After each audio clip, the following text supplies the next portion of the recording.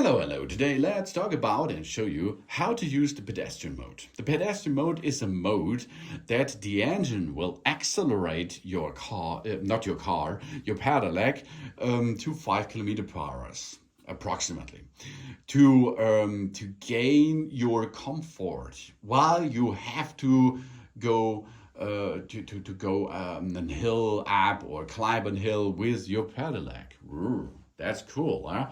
Let's perform how we make this. That means you does not have to use your paddle to accelerate. You can make this automatically. Push and hold the M button until you booted the system, and after this you can push and hold the minus button. And here we are.